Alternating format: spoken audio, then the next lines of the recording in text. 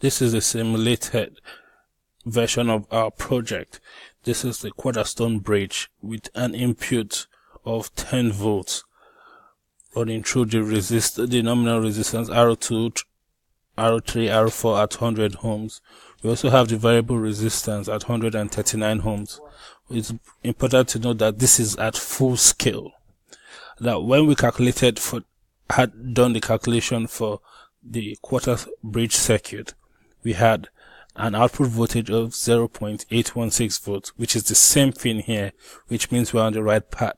We had a current of 41.8 milliamps, same thing as the current calculated, right path. Now, this value here has to be amplified.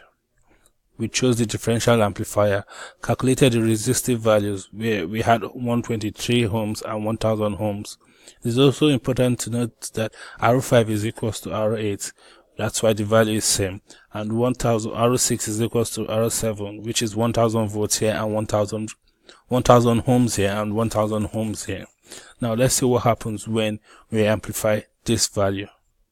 We have to stop the simulation.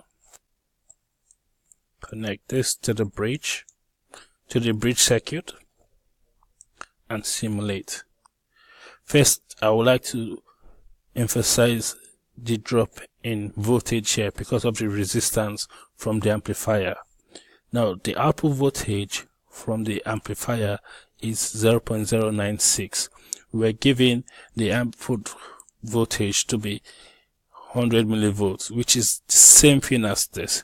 When approximated, that's a success in our project. Thanks.